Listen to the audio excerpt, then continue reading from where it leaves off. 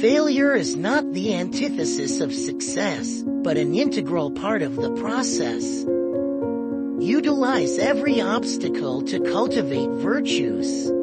Failure is not something to be feared or avoided. Rather, it is an opportunity to exercise self-virtues and strengthen oneself in the face of life's challenges.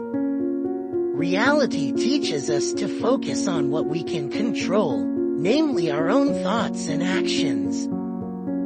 Things beyond our control, such as failure, need not be a cause for concern. Instead, we should use them as moments to practice self-virtues such as courage, justice, wisdom, moderation.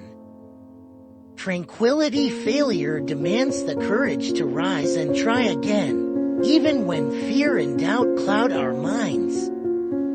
Approach failure with fairness and honesty, without blaming oneself or others. Learn valuable lessons from failure to enhance wisdom in navigating life. Realize that failure is a normal part of life and do not become fixated on success alone. Find inner peace by accepting failure and focusing on what can be changed. When experiencing failure, apply Stoic meditation to calm the mind and focus on solutions.